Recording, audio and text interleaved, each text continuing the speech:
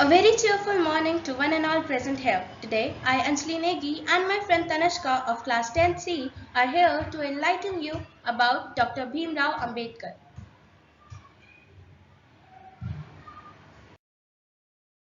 Bhimrao Ramji Ambedkar, born on 14th April 1891, was an Indian jurist, economist, social reformer, and political leader who headed the committee drafting the Constitution of India from the Constituent Assembly debates, served as Law and Justice Minister in the first cabinet of Jawaharlal Nehru, and inspired the Dalit Buddhist movement renouncing Hinduism. After graduating from Elphinstone College, University of Bombay, Ambedkar studied economics at Columbia University and London School of Economics, receiving doctorates in 1927 and 1923 respectively, and was among a handful of Indian students to have done so at either institution in the 1920s. He also trained in the law at Gray's in London. In his early career, he was an economist, professor, and lawyer. His later life was marked by his political activities. He became involved in campaigning and negotiations for partition, publishing journals, advocating political rights and social freedom for Dalits, and contributing in the establishment of the state of India. He converted to Buddhism, initiating mass movements of Dalits. Do you know why is Ambedkar ji called father of Indian Constitution? Dr. B.R. Ambedkar was the chairman of the drafting committee which played an important role in the formation of constitution. Dr. Ambedkar handled the task of presenting the draft constitution, answering various questions raised on it, and making necessary changes according to the suggestions of the Constituent Assembly. Due to his contributions towards the making of Indian Constitution, Dr. B.R. Ambedkar is called the father of Indian Constitution. Now we have some motivating and inspiring quotes by B.R. Ambedkar.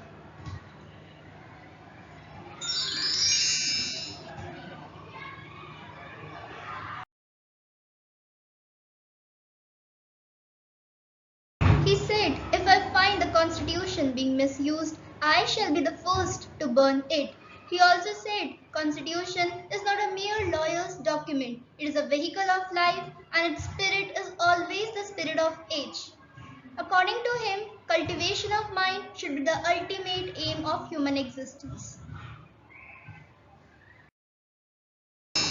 Ambedkar was an Indian leader influential during the colonial era and post-independence period of India. He belonged to a Dalit community, traditionally the most oppressed and marginalized group in Indian society. He was the 14th child in an impoverished Maharashtra Dalit family who studied abroad, returned to India in 1920s and joined the political movement. His focus was social and political rights of the Dalits. When he was still at school, he felt the sting of untouchability. Ambedkar and other untouchable children were segregated and given little attention or help by teachers. They were not allowed to sit inside the class. When they needed to drink water, someone from a higher caste had to pour that water from a height, as they were not allowed to touch either the water or the vessel that contained the water, as untouchability was a black mark on Hindu Dharma. He made up his mind to remove untouchability. Who were the untouchables? The Varna or the caste division propounded in the Rig Veda describes the society as a four Varna or caste system. The supreme Varna is Brahmin, the second is Kshatriya, the third is Vaishya, and the last is Shudra. This idea of social stratification was further developed in the laws of Manu written in Manu Smriti. No mention of the untouchable class can be found here, as the Varna division system excluded the untouchables altogether. They have been identified as Ati Shudra or inferior to the Shudra. Later, in the 4th century, they came to be known as Avarnas or the people with no caste. The untouchables, Chandalas, are also mentioned in the Upanist and Buddhist texts as the fifth caste or Panchama, which sprung from the contact between Shudra men and Brahmin women. Ambedkar contributed in many things. It included Ambedkar saw the caste system as an unequal mode of organization of social relation with the pure and impure at either extreme.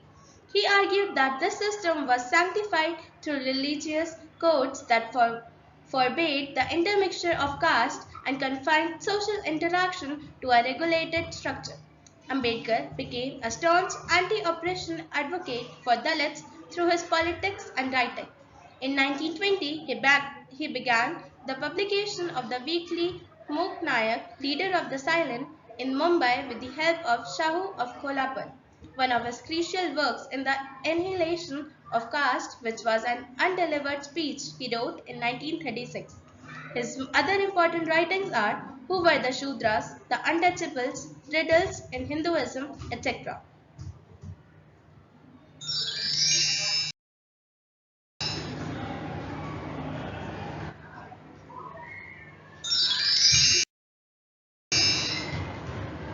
He was posthumously awarded India's highest civilian honor, the Bharat Ratna, in 1990, on the anniversary of his birth and death, and on Dhamma Chakra Pravartan Din, that is 14th October, at Nagpur. At least 500,000 people gathered to pay homage to him at his memorial in Mumbai.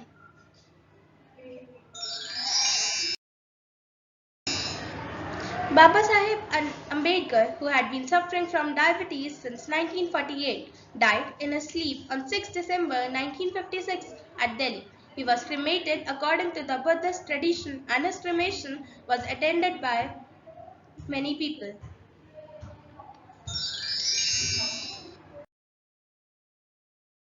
Thank you. I hope this video was helpful to you in enhancing your knowledge about Dr. B.R. Ambedkar ji.